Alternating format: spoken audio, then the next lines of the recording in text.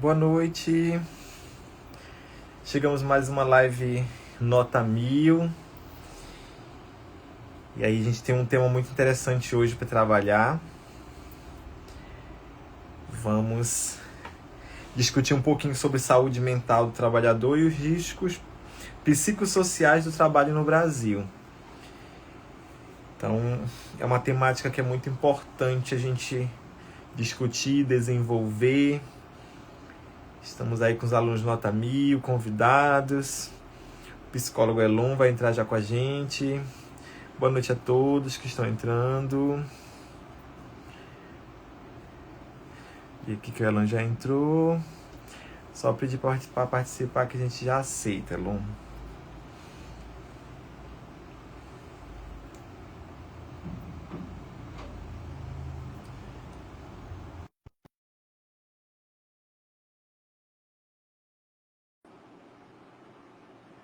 O áudio tá bom para vocês? Como é que está? Tudo ok? Boa noite. Boa noite, professor. Boa noite a todos. Boa noite a todos presentes. Prazer estar aqui. Boa noite, Elon. Tudo bom com você? Tudo bem. Deixa eu ajeitar aqui o fone para ficar tudo certo a audição. Tudo ok.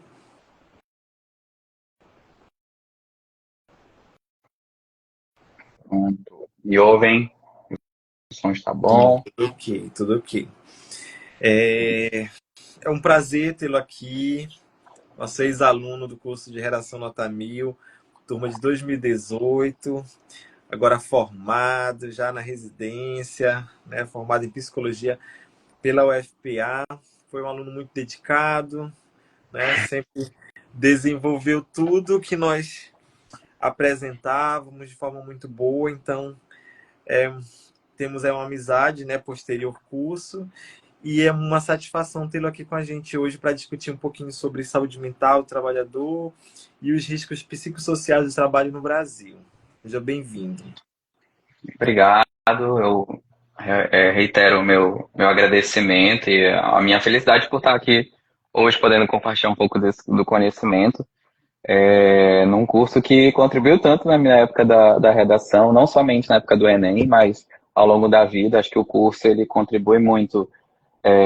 Acho que essa live é um exemplo de situação como ele contribui para além de se pensar no Enem, mas também para o nosso dia a dia, para as questões do cotidiano, sobre trabalho, entre outros tópicos, meio ambiente, saúde, tanta coisa que a gente teve a oportunidade de trabalhar durante o curso de redação, que eu tive a graça de fazer parte, acho que por 2 anos, foi? Isso.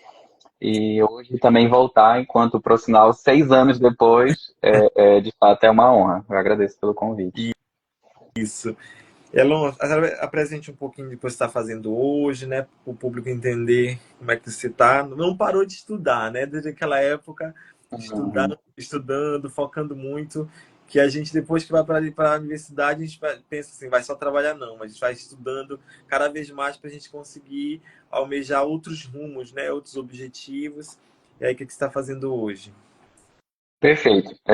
Como professor, como o senhor bem falou, eu sou formado pela Universidade Federal do Pará, em psicologia. Atualmente atuo em uma pós-graduação, em uma residência pela Escola de Saúde Pública do Maranhão, com foco em oncologia, ou seja, eu atuo em um hospital oncológico aqui no Maranhão, atualmente em São Luís. É uma residência de 2 anos, já estou agora entrando já no segundo ano, finalizo em 2026, em fevereiro de 2026. É uma área que, embora não pareça muito correlacionada com a temática de hoje, mas quando você vê a fundo também, o câncer também é um tópico que atinge os trabalhadores. Qualquer pessoa, em qualquer condição, em qualquer época da sua vida, pode desenvolver um câncer, desde criança até a fase mais idosa. Então, acho, né, o foco, né, mas também acho que é importante citar como o câncer é um exemplo de fator psicossocial que pode influenciar diretamente na saúde mental do trabalhador. Ou seja, se o paciente, se o sujeito venha a desenvolver algum tipo de doença, venha a passar por algum conflito, ou até mesmo que não seja dele, pode ser da esposa, pode ser do marido, pode ser do filho. Então, como que hoje as empresas, ou então as instituições públicas ou de trabalho, levam em consideração, né, o estresse que o paciente, que a pessoa tem em casa, em função de algum tipo de condição, é um exemplo de situação, mas que de fato pode influenciar e impactar na vida das pessoas, né? E também, além disso, tenho experiência de 4 anos de pesquisa durante a graduação na área de saúde do trabalhador. Tive o prazer de atuar com um professor maravilhoso da UFPA, que foi o Eric Alvarenga. Ele trabalha diretamente com dois tópicos, que são a saúde mental do trabalhador e masculinidade. Então, são áreas muito interessantes que também discutem sobre o trabalho de um ponto de vista da identidade, né? O quanto que o trabalho impacta no dia a dia da pessoa, tanto no sentido dele se reconhecer enquanto uma pessoa digna de respeito, se a sociedade respeita ele ou não, está desempregado, ele tem algum mesmo nível de respeito que o outro que está empregado. Aquele está empregado, o empregado, esse emprego, ele é tão valorizado quanto o outro de outra pessoa. Então, são tópicos que a gente sempre tenta estar avaliando quando se pensa em saúde mental do trabalhador. E aí, assim, a nossa conversa para a gente chegar nesse ponto, né, saúde mental do trabalhador e os riscos psicossociais do trabalho no Brasil, a gente tem inúmeros fatores que levam, né, a essa configuração, porque a gente já sabe que a questão da saúde mental ela já vem sendo muito discutida nos últimos anos, né, até porque são inúmeras condições hoje que interferem nas questões emocionais do indivíduo, né, e a questão do trabalho ela é teoricamente um dos fatores que você precisaria estar muito bem para poder lidar, né, com públicos, lidar com emoções, lidar com conflitos, lidar com liderança.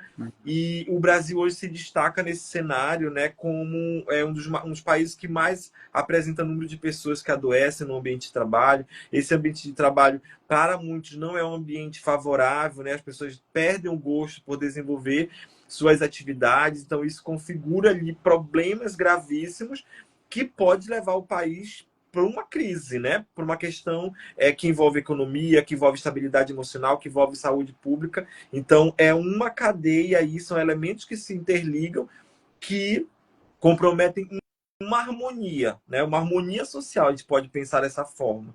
E aí você melhor do que eu para poder apresentar essas informações, né, de como elas se organizam, de como elas estão hoje nesse cenário. Acho que a gente pode ir indo junto nessa caminhada. Na verdade, é como o senhor bem falou, o trabalho ele tem um impacto muito grande no dia a dia. Então, quando a gente pensa nas condições do trabalhador, nas condições de trabalho, como as pessoas hoje estão inseridas dentro do trabalho, de fato é algo que é importante se pensar. Esse trabalho está sendo saudável? A gente pode, logo assim, quando você estava falando, me veio a ideia. Pandemia. Durante a pandemia, os profissionais de saúde que estavam nos hospitais estavam tendo os devidos EPIs, os devidos equipamentos de proteção individual no trabalho. Aqueles que estavam no seu dia a dia, que precisavam de carro, ônibus para suas empresas, como é que está essa questão? Essas pessoas na época da pandemia tiveram condições de continuar trabalhando? Quantos tiveram o suporte do home office? Quantos foram demitidos? O home office, eu acho que foi uma medida que foi fundamental para que a sociedade continuasse, de certa forma, mesmo diante de um quadro tão grave e de saúde pública, mesmo com muitas vezes um discurso negacionista vindo de muitas pessoas que de fato tinham um impacto social, né, relevante, ainda com esses discursos, a cidade precisava de alguma forma continuar produtiva, né? Sim. E aí veio o home office, entre outras condições que a gente teve que encontrar. E claro, isso não é como se fosse algo perfeito. Veio muito sofrimento durante a pandemia. Veio aqueles que precisavam sair de casa, perderam familiares. E aí são fatores que também contribuem. Então, hoje, quando a gente pensa pós-pandemia, com o home office finalizado, quais são as principais condições que hoje estão impactando, né, a condição de saúde mental do trabalhador? Hoje, quando a gente pensa nesses fatores psicossociais, é importante enfatizar, primeiramente, algo que é quase basilar, é a diferença entre o trabalho da mulher e o trabalho do homem. A gente pode partir muito bem desse princípio, de que existe uma dupla jornada, às vezes até tripla jornada, que somente a mulher vivencia, Hum, Porque o homem faz aquele serviço na empresa, ou no seu trabalho, chega em casa, é somente descanso, geralmente se convive com alguma outra mulher, seja uma parceira, seja filho, sejam parentais, ou então seja uma mãe, uma avó, seja com qualquer relação com alguém do sexo feminino, dificilmente esse homem exerce as mesmas atividades divididas dentro de casa. Então, assim, chegou do trabalho, quem é que vai fazer janta? Quem é que vai fazer jogar o lixo fora? Quem é que vai arrumar as coisas depois do trabalho? Quem é que vai preparar se tiver criança em casa? uhum, O lanche da criança? Quem é que vai ajudar a criança ali nos seus estudos? Verificar ali se tem questão, atividade? Quem é que vai fazer? Muitas vezes quem tem essa postura, quem foi ensinado ao longo da vida a ter essa proatividade foi a mulher. Então, esse trabalho, ele é reconhecido? Esse trabalho para além da empresa, e além do trabalho visto fora de casa? E aí, claro que isso a gente tem uma grande diferença, tanto que hoje se tem dados do próprio IBGE também, quando a gente pensa na RAIS, que é um documento que tem anualmente, ele se chama RAIS, é a Relação Anual de Informações Sociais, que é um relatório obrigatório que coleta dados sobre as atividades trabalhistas de empresas e empregadores, que uhum, ele tem como base, né, como intenção, posso deixar aqui também escrita essa referência, trazer informações estatísticas para o governo, né, acerca das condições trabalhistas. É uhum, visível hoje que, dentre os afastamentos por saúde mental do trabalho, por algum tipo de condição, por algum tipo de estresse em função do trabalho, majoritariamente ele é realizar esse afastamento é por parte das mulheres. Existe uma pressão muito maior do ponto de vista social, ou então das demandas do trabalho, até por conta dessa dupla jornada. Existe também a questão da falta de reconhecimento, fora também, fora não, importante inclusive citar os assédios morais e sexuais, que também impactam muito nessa saúde mental.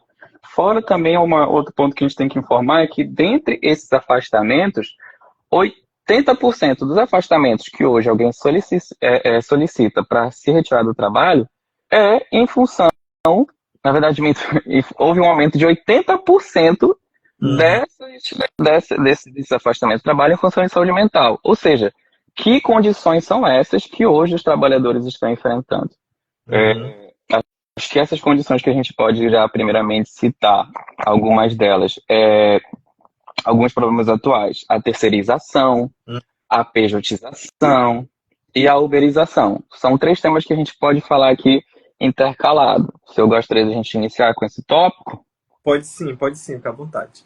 perfeito. Quando a gente fala de terceirização, é justamente uma prática legal, embora ela seja muito controversa, até por conta da sua característica de ser um processo de você contratar uma empresa para realizar um serviço e essa empresa contratar outra empresa.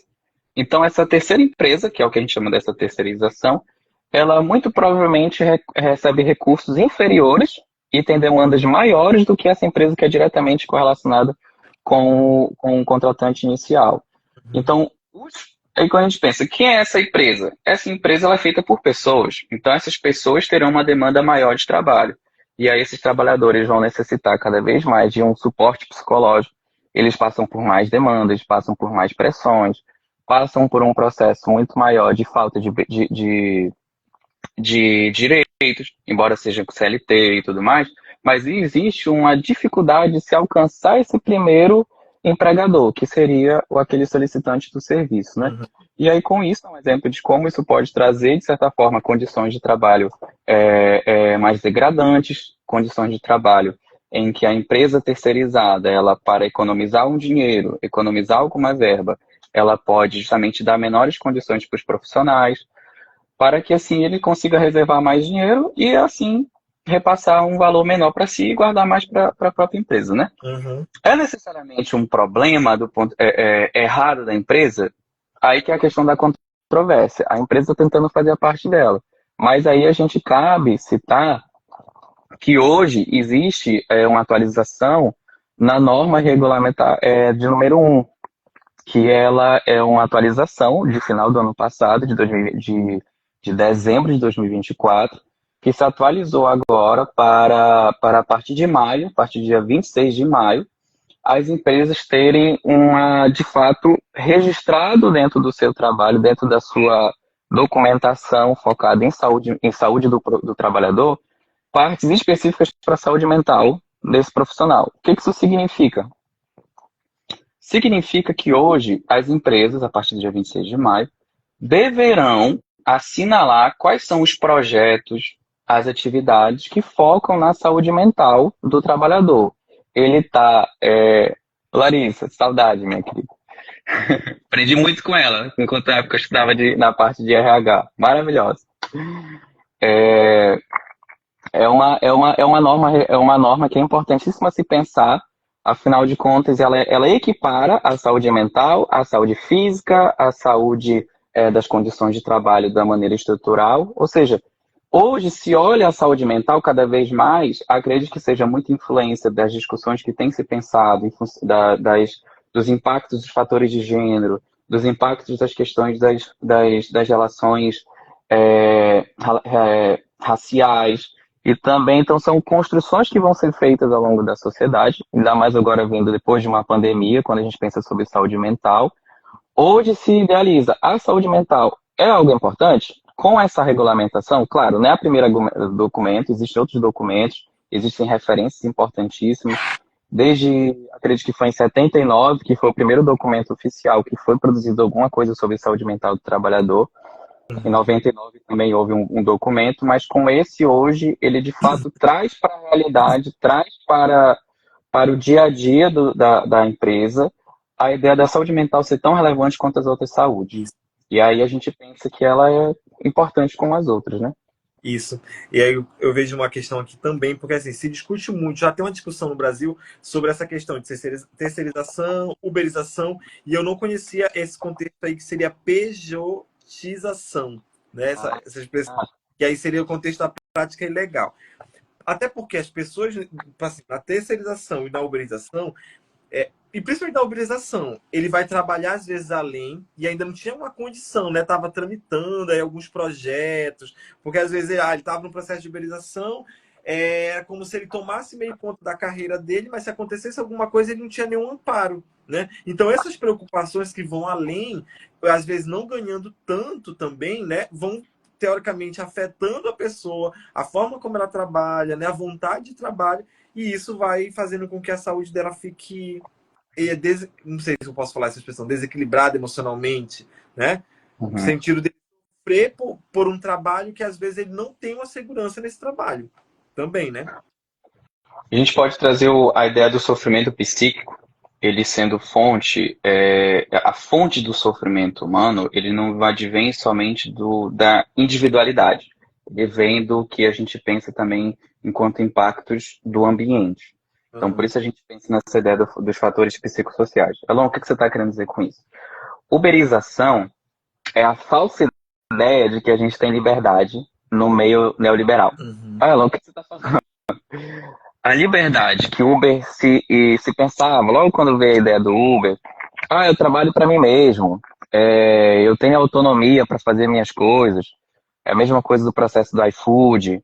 A pessoa começa a trabalhar com o iFood e aí justamente ele trabalha na hora que quer, está conectado ou não. Com o Uber é a mesma coisa. Eu posso trabalhar aqui 3 horas por dia e depois eu saio, vou fazer outra coisa, depois volto. Essa foi a ideia inicial que se pensou. Só que com o tempo se observou que com essa ideia da falta de legislação em cima de práticas como a da Uber, as pessoas acabaram ficando condicionadas a trabalhar exclusivamente com Uber.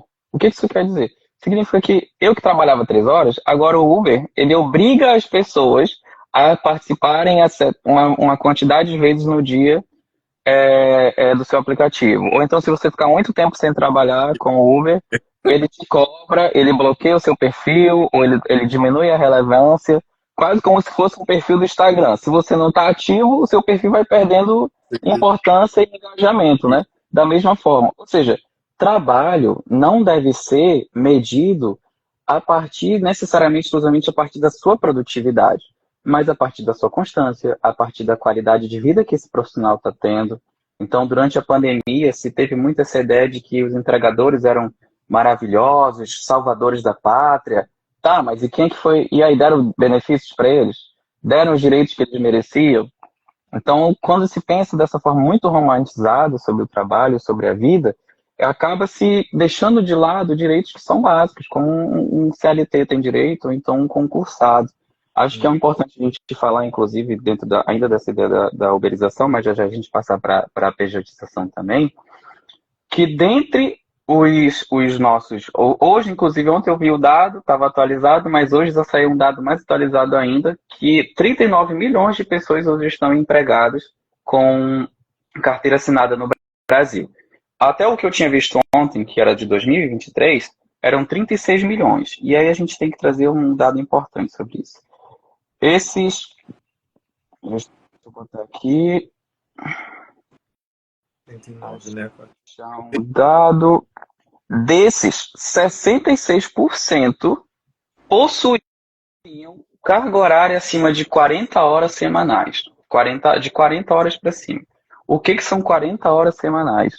São 8 horas de trabalho diariamente, e aí tem aqueles que são de 44, aquela ideia da escala 6 por 1, que é um debate recente, mas que já há muito tempo já estava aí na nossa sociedade. É um trabalho excruciante, sendo que desse montante, uma grande parte pode vir a desenvolver algum tipo de transtorno mental. Quais transtornos mentais? A ansiedade, a depressão, ou então burnout, um estresse pós-traumático, uma síndrome do pânico. Pode vir a desenvolver por quê? Porque existe uma grande demanda, existe uma grande imposição sobre o trabalhador, a ideia de que ele tem que produzir. Então, na hora que ele trabalha 6 dias por semana, chega no seu domingo, ele vai conseguir ir pro lazer, ele vai conseguir ir na praia, ele vai conseguir ir numa praia, ele vai conseguir ler um livro. Não, ele vai ficar cansado, ele só vai querer ficar em casa dormindo. Dormir é ruim? Muito pelo contrário, dormir é ótimo. Quem dizer que não gosta de dormir tá mentindo. É mentira. Dormir é muito bom. Só que o dormir tem que ser uma opção, não tem que ser uma obrigação, como a única alternativa de recuperação do sujeito, né? Dormir pode ser uma opção, é aquela música. A gente não só quer comer, a gente também quer diversidade. A gente quer comer coisas diferentes, a gente quer fazer coisas diferentes, não quer só fazer o básico. E aí é a ideia da gente pensar uma escala de trabalho que seja muito melhor, muito mais saudável. Hoje existem outras sociedades, claro, a gente não pode comparar uma sociedade que vem de colonialista, que é da Europa, que tem uma outra postura, que tem outros recursos, mas, claro, a gente pode pegar como referência para trazer para a nossa realidade, dentro do que é possível, uma escala menor, uma escala de 4 dias de trabalho, com 3 dias de descanso, ou até mesmo um 5 por 2. Não é algo tão incrível, mas né, um dia para você poder descansar, um dia para você fazer outra coisa. São coisas que, de fato, impactam diretamente na saúde mental do trabalhador. E aí esses fatores psicossociais são relevantes. Acho que a gente pode falar também dessa pejotização. Você perguntou, o que é a pejotização? A pejotização é cada vez mais uma presença da atuação do trabalhador individual. Por exemplo, vou citar como exemplo. Eu, enquanto psicólogo, ao invés de uma empresa privada me contratar enquanto CLT, para que eu tenha os direitos direitinho, aqueles direitos dos benefícios, FGTS, toda aquela coisa, ela prefere me contratar enquanto pessoa jurídica. Ou seja, eu não tenho os direitos de trabalhador, eu tenho os direitos de um prestador de serviço, que são coisas totalmente diferentes. Quando eu exerço a minha atividade enquanto prestador de serviço, o que, em tese, eu não deveria ter uma regularidade de chegar 8 horas e sair 6 da tarde, afinal de contas eu sou presto de serviço, eu não sou um empregado daquela empresa, existe cada vez mais uma pressão das empresas para que essa pessoa que é contratada como PJ haja como se fosse um CLT. Não, você tem o seu horário aqui das 8 às 6, mas eu não sou contratado como CLT. Por isso que hoje é importante enfatizar que isso é uma prática ilegal. Contratar alguém como pessoa jurídica, mesmo não atuando como pessoa jurídica, mas com horário firmado, seguindo regras como se fosse um CLT, são coisas que acontecem e que são uma prática legal. Acho que a gente, embora fale aqui também desses fatores da saúde mental, a gente pode falar sobre direito aqui também. Isso é uma prática equivocada, isso não se pode ser feito. Afinal de contas, você está com a intenção de você diminuir os direitos daquele trabalhador. Então, a pejotização é um exemplo de, de intenção em praticar um dano, né, aos direitos do trabalhador. Uhum. Sim. Aí os alunos sempre geralmente perguntam assim, professor, mas aí eu quero trabalhar tipo, com causa e consequência. Qual é a relação disso? E aí, pelo que você fala, vendo aqui no contexto desse envolvendo os riscos, né? Aí a gente teria, por exemplo, sobrecarga de trabalho, que a gente já colocou, né, a questão tipo, da mulher pode sofrer mais por conta de ter essa dupla jornada de trabalho, né? Colocar esse indivíduo, por exemplo, em situações que sejam degradantes, então ele vai sofrer por ser um trabalho que é penoso, né, insalubre, então isso aí seria uma condição também. E a questão do assédio moral e assédio sexual. Né? Então a gente pode pensar em duas condições, né? Que o contexto do assédio moral e o contexto do assédio sexual. Então, em causas, a gente teria, tipo assim, 4 grupos, né? Que são muito classificados ali no contexto de levar essa pessoa a ter as consequências que vão gerar em torno do que você já disse, né? Uhum. Ansiedade, depressão, burnout, né? Estresse pós-traumático. Então, já seriam consequências dessas ações que a gente desenvolve, né? Por esse trabalho ele não ser um trabalho feliz, né? Um trabalho que leve a pessoa a estar bem naquele ambiente, posso dizer assim, né? Exato. Acho que esses tópicos que você citou são importantes, assim, quase como se fossem basilares, que são muito presentes na vida do trabalhador atualmente, que é fator, com certeza, fatores psicoeconômicos podem influenciar, que são alguns que desses que a gente, só respondendo à arte de mãe, que acabei de comentar, Fica à vontade. que de fato, esses fatores são fatores socioeconômicos. A gente pode pensar num profissional que é o único empregado da família, então ele precisa de alguma forma sustentar aquela família ali de alguma forma, exclusivamente porque ele é a fonte de renda, o que a gente chama de arrimo. Acho que se eu não me engano é assim que se chama o conceito, arrimo familiar, que é aquele que traz a renda para dentro de casa. Uhum. Então, às vezes acontece, justamente por você ser o único, a empresa, não, mas fica aqui mais 1 hora, é até 6 horas, mas fica até 7, até 8. Poxa, você vai decepcionar a empresa? Você realmente vai. Poxa, eu acho que o João, o seu amigo, não faria isso, ele ficaria comigo até o horário que precisa, Uhum. sem cobrar hora extra, sem dar hora extra, né? Então acaba que isso é uma forma de impulsionar a exploração desse trabalhador, sabendo que ele existe ele tem uma condição socioeconômica inferior a de uma outra pessoa que não precisaria. Se fosse, por exemplo, de 2 pessoas, 3 pessoas empregadas na família, não preciso ficar até 8 horas da noite, porque eu tenho uma pessoa na minha casa para cuidar e tal, tá bom? Vamos Então, observar. assim, Para falar, perdão. É, nessa questão do fator socioeconômico, às vezes, por exemplo, ele vai também receber, né? Ele vai receber, por exemplo, a hora extra. Só que ele vai fazer tanto isso, por exemplo, que ele vai chegar na casa dele já esgotado, né? E aí ele vai dizer assim: no final do mês eu vou ter uma renda maior porque eu já trabalhei, tipo assim, 10 horas extras. Só que no final, esse cansaço dele pode fazer com que, com o tempo, ele já tenha algum problema associado a isso, porque ele faz uma sobrecarga, né? E mesmo que ele receba por esse trabalho. essa sua pontuação é importantíssima.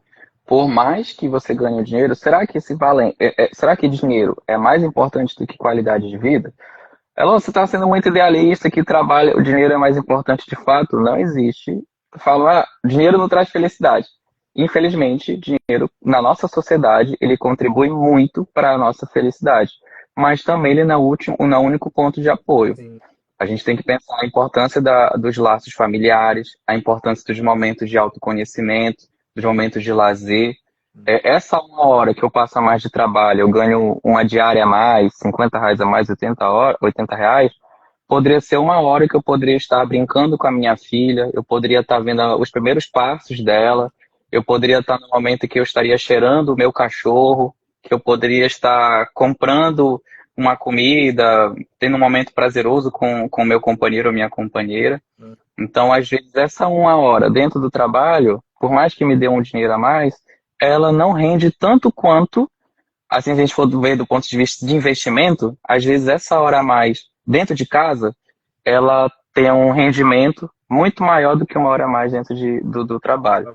E outra, hoje, quando a gente pensa nesse tópico, é importante enfatizar que esse cuidado, essa preservação da saúde mental do trabalhador, ela também é importante para a empresa. Não tem empresa que se sustente com seus profissionais adoecidos. Então, assim, se o profissional hoje ele está adoecido, está com burnout, está ansioso, está depressivo, está com síndrome do pânico, a produtividade dele vai ser inferior, vai ser menor. É o que a gente chama, existe um conceito chamado presenteísmo, que é justamente o profissional continuar no local de trabalho, ele está lá, presente, mas ele não tem produção. Diferente do absenteísmo, que é quando ele evade o trabalho. Mas o presenteísmo é justamente quando o profissional está no trabalho, ele está lá, conversa, faz aqui uma produção ou outra, mas ele não consegue produzir. Por uma exaustão, por um excesso pela ausência de prazer em estar ali trabalhando. A gente eu tenho como exemplo agora, ontem, a Fafá de Belém fez um vídeo, não sei se já chegou a todos, mas ela fez um vídeo falando sobre como ela teve ela teve uma crise de burnout. Ela acordou certo dia e agora essa semana passada foi parar no hospital, foi internada momentaneamente para poder se restabelecer, porque ela acordou desorientada, acordou sem conseguir entender o que ela estava fazendo. E aí foi fazer essa análise e foi perceber que era em função do excesso de trabalho.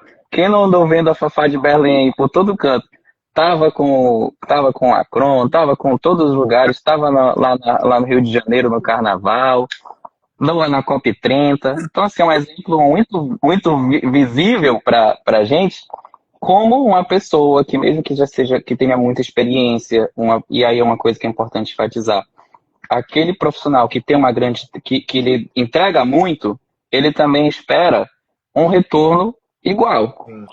Então, se ele entrega muito, ele trabalha muito, a gente bota ele para trabalhar mais.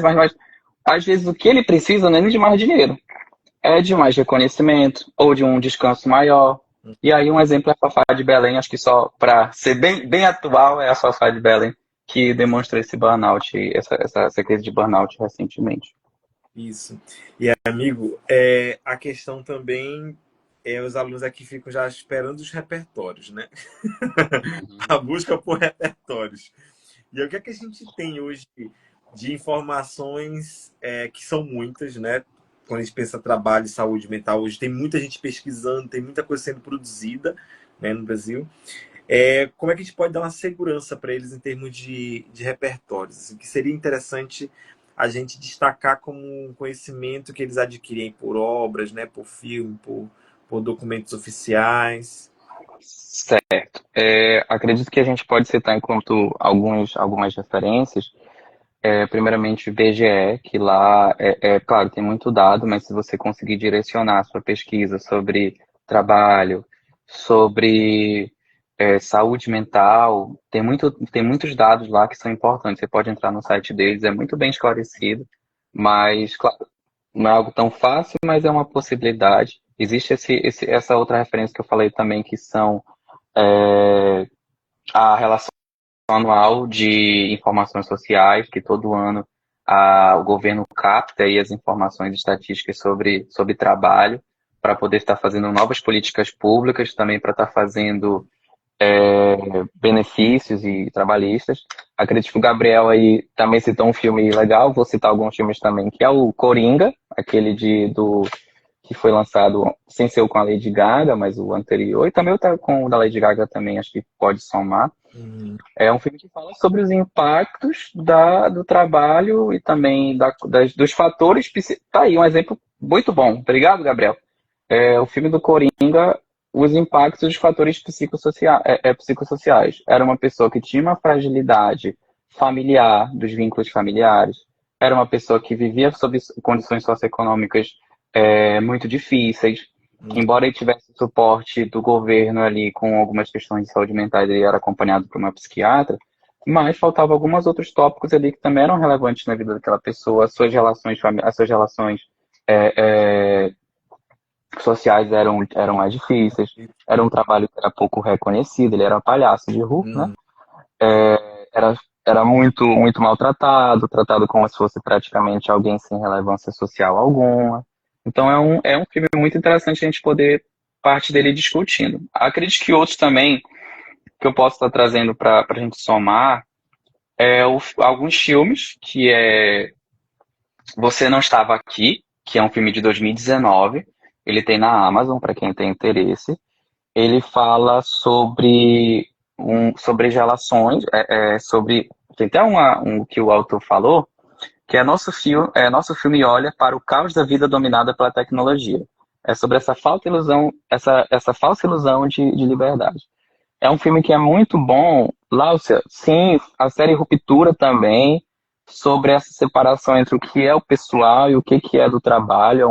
É uma série atual que pode trazer discussões muito positivas para essa área da saúde mental, sobre o que a gente tenta apagar do que é nosso privado, para que não apareça no trabalho. Mas será que essas relações realmente não tem, há como separar o que é pessoal e o que é do trabalho, essas duas coisas, né, o profissional e o individual, tem mesmo? É uma questão que pode ser trabalhada. O nome do filme é Você Não Estava Aqui. É um filme sobre já um senhor de meia idade que precisava encontrar um trabalho e ele acreditou na ideia de que ele teria liberdade, quando a gente fala sobre essa uperização, a ideia de que ele poderia ter liberdade sendo contratado, começando a atuar como entregador de peças, de coisas de maneira geral, de correio, quase como se fosse de uma forma autônoma. E aí, ao longo do tempo, ele vai descobrindo nesse filme, né, nessa história, de que ele não tem tanta liberdade assim quanto ele pensava. Não vou dar o spoiler para também não acabar a graça do filme. Também, outro filme que a gente poderia pensar é um que todo mundo já assistiu, que é O Diabo Veste Prada, que é com a Meryl Streep e a Anne Hathaway. É um filme que, quando a gente pensa como se fosse um filme de humor ou um filme de sessão da tarde, se a gente pensar a fundo, prestar atenção, é o tipo de relação de trabalho que ninguém merece, que ninguém tem que ter, ninguém tem que merecer aquilo. É uma relação extremamente tóxica, é uma relação muito envolta em assédio moral. Aquela moça, Anne Hathaway, vem a sofrer muito ao longo da história, dificuldades nas relações pessoais, ela acaba se subjugando, tem que mudar muito da sua própria personalidade para se encaixar frente às demandas de um trabalho, de uma pessoa que era extremamente grosseira com ela. Revolução Industrial, acredito que sim, mas assim, se você conseguir trazer, o Gabriel perguntou se pode utilizar a Revolução Industrial. Acredito que sim, mas acho que você pode tentar trazer contextos um pouco mais atuais. Quando a gente pensa num trabalho mais moderno, ele é muito mais sutil a essa, esse controle do trabalhador hoje, ele é muito mais sutil quando a gente pensa na questão da liberdade, na ideia da individualização. Acho que uma coisa que é importante enfatizar quando... Agora, Só retornando... Oi, pode falar. e aí eu lembrei também, pensando na Revolução Industrial, tem aquele filme do Charlie Chaplin, né? Que ele, tipo uma máquina, assim, trabalhando todo o tempo ali. Então ele Uhum. é uma pessoa feliz naquele trabalho. Então, de uma certa forma, para trazer algo, poderia, né, também pensar nessa exaustão que ele tem. Chega um momento que ele não consegue mais lidar pela rapidez do processo, né? Exato, é um filme que é um clássico, literalmente um clássico dos tempos modernos com o Charlie Chaplin. Realmente é um filme que fala sobre essa questão, como ele teve que vir para encontrar um trabalho já ali, tempos modernos, encontrar um trabalho dentro desse meio após a vinda desses trabalhadores da agricultura. Eles passaram por meio urbano em função da Revolução Industrial, que demandou ali principalmente o envolvimento das pessoas na fábrica, inclusive de crianças, diversos acidentes e tudo mais. Citaram o filme Splash, também pode ser citado, que ele fala muito sobre essa demanda excessiva sobre o indivíduo. E aí a gente pode citar, acho que, como você falou, acho que a gente acabou passando sobre a questão das, dos assédios, da depressão, da ansiedade, do burnout, só para a gente poder também dar sobrecarga de trabalho, como hoje o trabalho ele é visto muito de um ponto de vista individual, né? Tipo, a pessoa, não, você tem que ter resiliência, você tem que ser muito, ser autônomo, você tem que buscar mudar seu mindset, você tem que ser sempre prospectivo, é tudo seu. Trabalho, ninguém faz sozinho. Trabalho é uma atividade coletiva, é um trabalho para que o meu trabalho seja reconhecido enquanto algo funcional para a sociedade. Outra pessoa tem que olhar o meu trabalho e dizer: parabéns, você atua muito bem. E aí eu cito uma referência que a gente pode estar procurando, é o psiquiatra e psicanalista e pesquisador de saúde mental do trabalhador, Christophe Dejoux, que é um francês. Ele tem um livro chamado, acho que qualquer pessoa consegue ler ele, ele tem uma didática muito boa em qualquer livro que ele faz, que é a banalização da injustiça social, em qual ele traz as questões da violência contra o trabalhador, quando ele tenta individualizar o trabalho, retirando a ideia do reconhecimento, individualizando, e também ele fala sobre a importância de se pensar o trabalho enquanto uma parte da identidade do sujeito. Então, se a gente não valoriza o trabalhador, levando em consideração a sua sociedade, o seu meio, as pessoas que estão perto, os seus pares, o que são pares? Eu exerço uma atividade, a pessoa que está ao meu lado também exerce a mesma atividade. Se a gente não estimula esse contato, essa aproximação, existe muito mais a probabilidade da pessoa realmente produzir muito, mas com o tempo apagar o seu fogo porque ninguém está vendo o trabalho dele, do que se a gente estivesse junto, a gente ia ter muito mais reconhecimento, nosso trabalho ia ser muito mais valoroso, né? E eu tô rindo aqui porque todo filme que tá aparecendo ela não consegue identificar. E eu perdido aqui nos filmes, que eu falo. Eu morro de medo de me viciar nas séries, né? Porque se eu me viciar em série, eu não vou corrigir mais nenhuma redação. Então, Isso, olha. eu fico muito. Eu assisto alguns filmes, mas o Diabo Veste Padre eu assisti. E é um filme que deixa a gente cansado, né? Parece que no final a gente tá sufocado com aquela situação. Parece que acaba o filme, a gente tá morto de cansado, igual a menina tá ali. Né?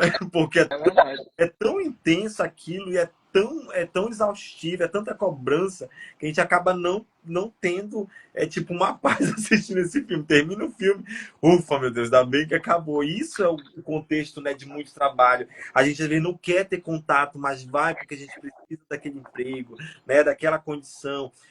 Às vezes a relação com os colegas de trabalho também não são uma relação muito boa, né? Lemos Uhum. que eu passo a informação, que é a série sobre pressão. Eu acho que essa aqui é aquela de hospital, né? Brasileira. Isso, do hospital, que é com a Marjorie Chiano. Meu Deus, essa aí também, ele sofre o tempo todo, é muito trabalho o tempo todo. Uhum. E é uma relação que tem muito conflito ali, né? Tipo assim, é um hospital realmente que é muito conflituoso. Ali o contexto deles, que é uma realidade de muitos hospitais, né? Ter que lidar com diversas emoções, lidar com diversas pessoas, diversas necessidades, e a pessoa tem que também estar preparado para esse contexto, né? Perfeito. Essas são algumas das séries e filmes, a gente pode citar diversos aqui, citaram Whiplash, citaram Sob Pressão, e perguntaram também se podem citar com autores o Karl Marx, e também perguntaram o nome do autor, é o Christophe Dejoux, Christopher, depois a gente pode botar também no documento que está aqui A gente disposto. vai montar um Posso corte com os principais repertórios e a gente vai colocar aí na rede social. Isso. Ó, muito boa essa frase que a Laura perguntou. Posso usar a frase de Franco Basaglia ao dizer que a saúde mental é um direito e não um privilégio? Perfeito, Laura. Saúde mental é um direito, não um privilégio. E embora muitas vezes, hoje, realmente, quando a gente pensa na realidade, infelizmente, um privilégio. É um privilégio, infelizmente, até mesmo quando a gente pensa na psicoterapia individual, poucas vezes se tem um acesso tão facilitado, mas é importante enfatizar. Acho que quando a gente pensa em estruturas públicas, e aí a gente pode procurar já esses meios de intervenção, professor, Uhum. sobre essa proposta, é importante a gente citar alguns órgãos públicos, que é esse nome mesmo, Christophe Dejoux, perfeito, né, claro. Os órgãos públicos que cuidam dessa saúde mental, tanto da população geral quanto do trabalhador, do trabalhador é o Sereste, que é o Centro de Referência em Saúde do Trabalhador.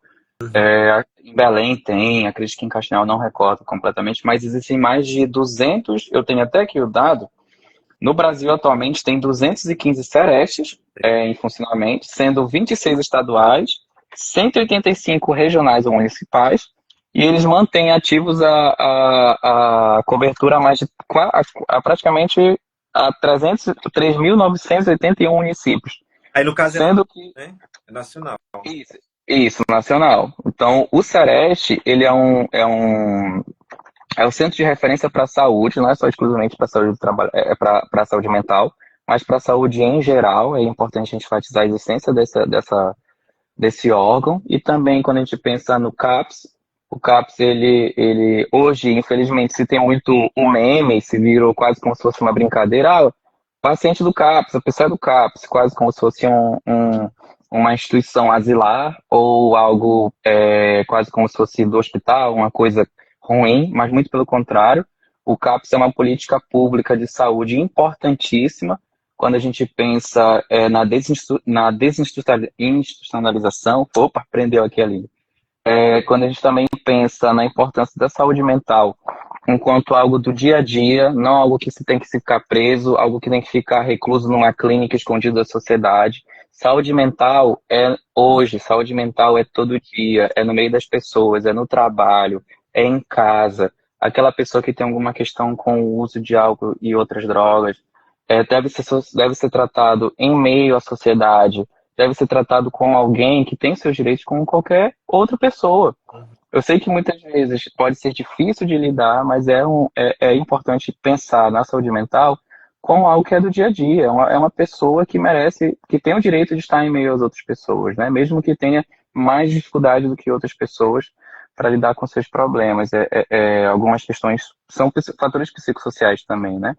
Então, são dois órgãos importantíssimos a gente Aí, citar enquanto promovedores de saúde mental.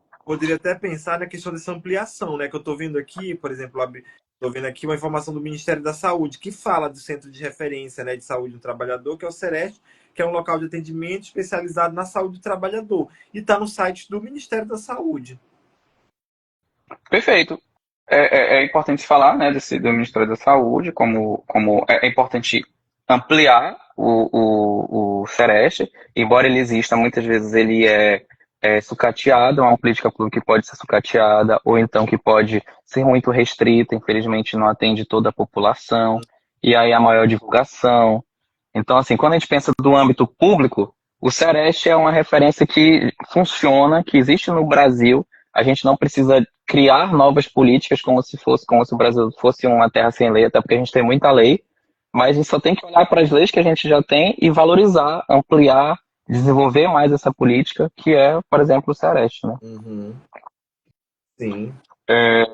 Acho que no âmbito das empresas privadas, quando a gente pensa no dia a dia de uma boa parte da população que são vinculados a alguma empresa privada, existem algumas outras práticas que podem ser também fonte de saúde mental, né? Quando a gente pensa em intervenção, que é o espaço de escuta desse trabalhador, de valorização da saúde mental do trabalhador, seja em formato de grupo, seja em formato individual. É importante se escutar esse trabalhador para que ele se sinta valorizado, se sinta respeitado. As empresas, de fato, valorizem essa norma reguladora que tem agora, que é para focar na saúde mental desse trabalhador, que previne, querendo ou não, mais discriminação, previne também o preconceito, o assédio, o fortalecimento das políticas públicas das cotas no trabalho. É quando a gente pensa naquela questão de se não me engano, na lei, a cada 100 profissionais, empresas com a cada 100 profissionais, um deve ser PCD, porque somente um, né, a cada 100, que proporções são essas que a gente está tentando controlar aí no nosso trabalho? Uhum. Então, acho que é uma proporção que deve ser repensada. Também o fortalecimento de canais de seguros de comunicação, as ouvidorias sejam de fato eficazes, as ouvidorias das empresas elas sejam mais sérias, sejam lugares em que de fato haja um retorno, um feedback para o trabalhador que está pondo algum tipo de questão ali. Acho que acredito que seria um tópico relevante. Uhum. Também essas políticas de saúde mental, como acabei de citar, né? E também promover relações sociais, relações de trabalho mais justas, com capacitações, trazer profissionais externos, trazer psicólogos ou então pessoas de saúde mental do trabalhador, profissionais do direito, para que a gente possa espalhar a palavra a Láucia falou mais cedo também, questionando, falando assim, eu também, acho que foi a Láucia, alguma dos nossos presentes aqui, Uhum. citou que ela atuava ali nessa postura de pejotização e agora que eu falei, ela acabou percebendo que tem essa condição no seu dia a dia de trabalho. Então, assim, alguém que possa entrar nas empresas e possa falar mais sobre essas questões para que a gente possa garantir esse direito. Porque, reitero, saúde mental, como o Frango Basaga bem falou e a jovem nos trouxe, é um direito, não é um privilégio, né? Uhum. Aumento de canais de comunicação, Gabriel. Aumento de canais de comunicação eficazes, né? Por meio de ouvidorias. E também tratar a saúde mental como um pilar estratégico. Afinal de contas, quando a gente traz dados, esses dados que a gente trouxe, de 80%, houve um aumento de 80% da quantidade de afastamentos em função de saúde mental, síndrome de burnout, é, ansiedade, depressão, entre outras condições que vêm em função do trabalho, esses dados eles fundamentam a intenção de produzir a saúde mental e saúde emocional como um pilar do trabalho. Afinal de contas, quando a gente não está bem, a gente não está se sentindo capaz. Afinal de contas, o que é saúde mental? Um estado perfeito? É uma coisa que ninguém está bem, eu não estou sofrendo, o meu cachorro morreu, eu não estou nem eu estou feliz, eu estou trabalhando? Não.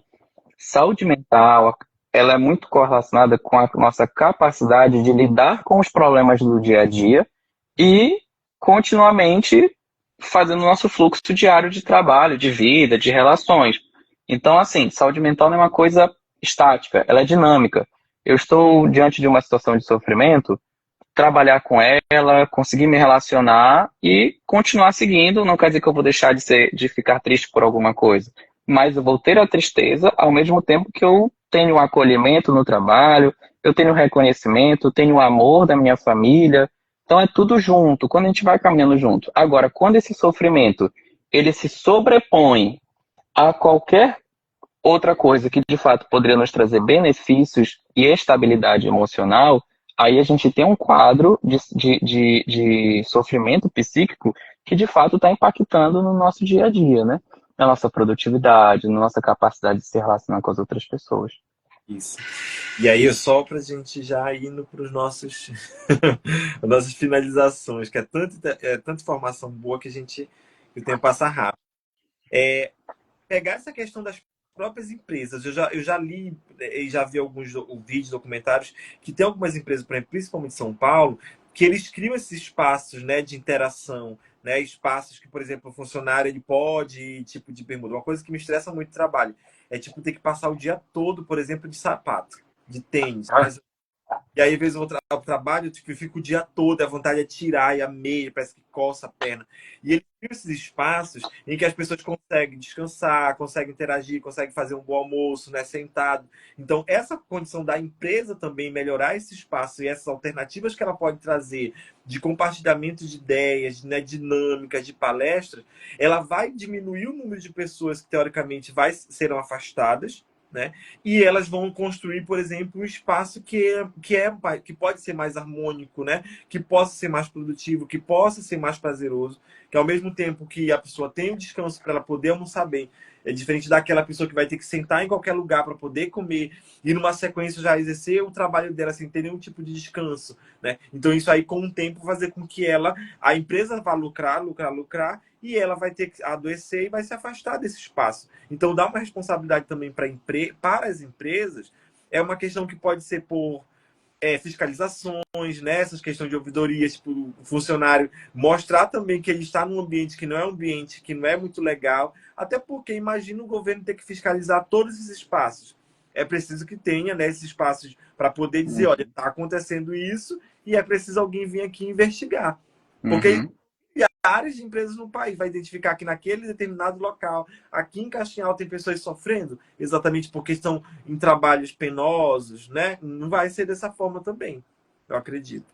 Perfeito, concordo. A gente pensar que essa regulamentação, essa fiscalização, ela é muito difícil que o governo federal lá em cima veja como é que está a empresa lá em Castanhal, especificamente. Não existe isso. É algo muito, muito difícil. Então, esse controle, essa regulamentação tem que ser hierarquizada. O governo observa o Estado observa o município observa o que foi importante para si, e aí as empresas, como o senhor bem falou, é importante ter essa ideia também de regulação. Afinal de contas, ela também tem responsabilidade sobre a saúde mental desses profissionais. Isso. A Manu colocou bem aqui, né, que tem um filme que são estagiários, que mostra espaço de descanso e lazer na empresa Google. E elas colocou assim, antes da pandemia, as empresas de São Paulo já estavam investindo nesses espaços, isso, interação.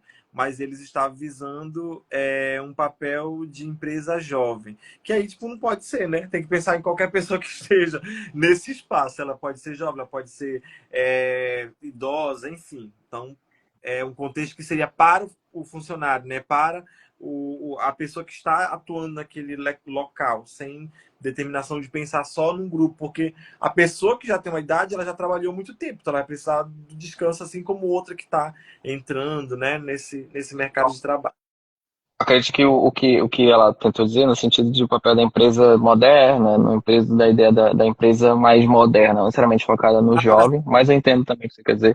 Faz sentido, e claro, quando a gente pensa nesse escalonamento de novos conceitos sobre trabalho, novas formas de se produzir, claro que isso vem muitas vezes de centros culturais muito mais evidentes, né? Vem de uma capital, vem de um outro país, conceitos que às vezes têm sobre essa saúde mental, claro que a gente tem que pensar na importância da nossa cultura. A gente é atravessado por uma cultura. O Brasil é muito diversificado, ele é misturado com diversas culturas. Então é importante a gente citar a importância delas para a gente construir conhecimentos que são nossos, formas de se atuar. É importante citar que na clínica de psicologia da UFPA, na época que eu estagiava, lá tinha uma rede para aqueles pacientes, usuários do serviço, que ao invés de ficar deitado em um sofá, como geralmente se espera da clínica psicanalítica, que é uma abordagem específica da psicologia, se tinha uma rede. Agora, por quê? Porque na nossa cultura amazônica, nordestina também, a rede, ela faz parte da nossa vida. Uma rede, literalmente. As pessoas deitavam para ser atendidas numa rede. Uhum, É um exemplo de condição quando a gente valoriza o que é nosso, o que é da região. uhum. Por exemplo, na Bahia, quantas empresas também respeitam a ideia das pessoas vestirem o branco, muito por conta dessas questões familiares, religiosas e familiares de lá, da região. Então é importante citar isso como é importante a gente construir políticas que são da nossa região. Quando a gente pensar numa proposta de intervenção, o que a minha região pode trazer, agregar para esse tópico, né? Para a gente não só pensar o que vem da Europa, o que vem de fora, o que vem do Brasil também, é importante citar. Uhum.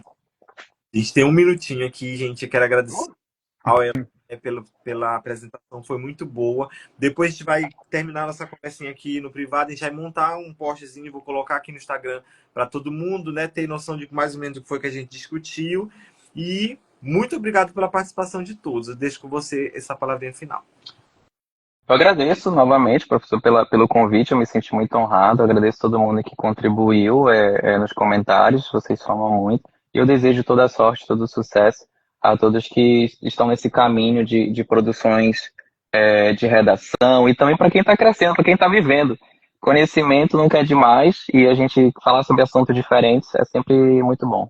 Daqui a pouco Obrigado eles pelo convite, estarão professor. depois no mercado de trabalho, então eles têm que estar bem, Bem informado, bem verdade. e já conhecendo. Gostei que agora eu entendi o que é pejotização. Gente, muito obrigado. Obrigado, Elon. Um abraço, sucesso para você aí no seu Valeu. trabalho, no seu estudo. E aí, logo, logo a gente vai estar junto, se Deus quiser. Obrigado a todos, gente. Obrigado. Tchau, Tchau. tchau.